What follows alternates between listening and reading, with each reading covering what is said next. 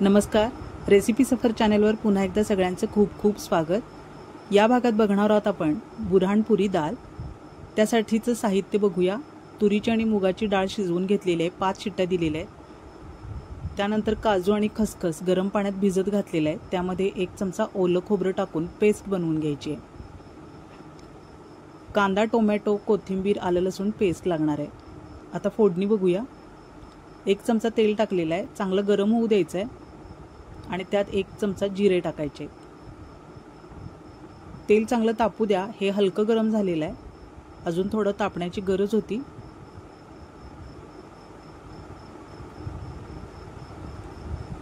जिरे तडतडायला सुरुवात झालेली आता।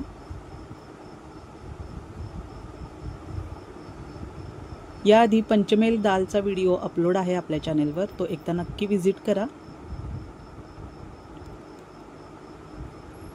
1 चमचा हिंग टाकलेला आहे। अतिशय सुंदर आणि स्वादिष्ट बनते ही डाळ, नक्की ट्राय करा। मुस्लिम शादीमध्ये बनवतात ही डाळ।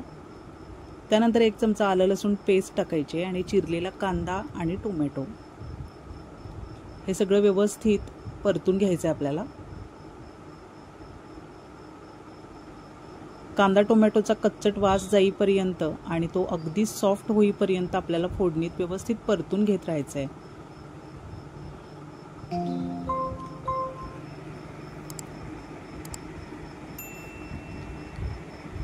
डाळीचे अनेक प्रकार आपल्या चॅनेलवर अपलोड होत राहणार आहेत, त्यासाठी चॅनेल नक्की सबस्क्राइब करा आणि शेअर करा। थोडा वेळ झाकण झाकून शिजवूया, म्हणजे टोमॅटो आणि कांदा अगदी सॉफ्ट होईल।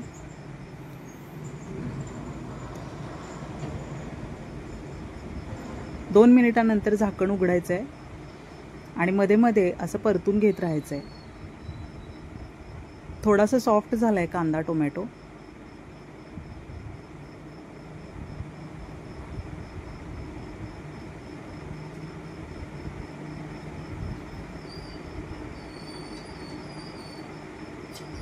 सतत परतत राहणं गरजेचं आहे। बघा आता चांगला भाजला गेलेला आहे, अगदी खरपूस भाजला गेलाय कांदा टोमॅटो, असाच भाजून घ्यायचा आहे।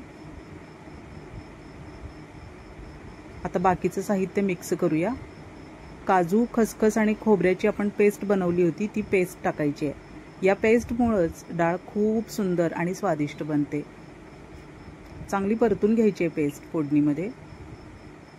आता त्यानंतर शहाजिरे आणि दालचिनीची पावडर आहे।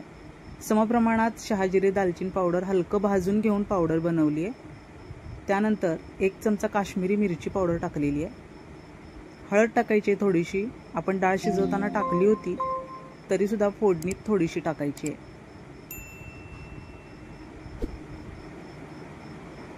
आता घोटून घेतलेली डाळ त्यावर मिक्स करूया।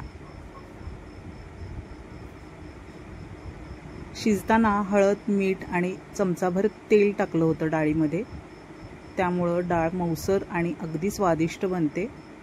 फोडणीत ही डाळ व्यवस्थित मिक्स करून घ्यायची आहे। खूप पातळ किंवा खूप दाटसर डाळ ठेवू नका, अशी मीडियम कन्सिस्टन्सीमध्येच डाळ ठेवायची। थोडंसं पाणी ॲड केलेलं आहे मी। फोडणीत डाळ अगदी छान उकळू द्यायची, त्यामुळे ती एकजीव होते।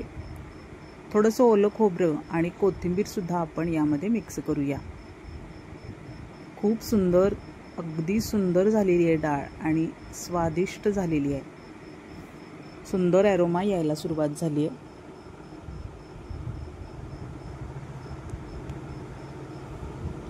चवीप्रमाणे मीठ टाकूया आणि एक चांगली छान उकळी येऊ द्यायची।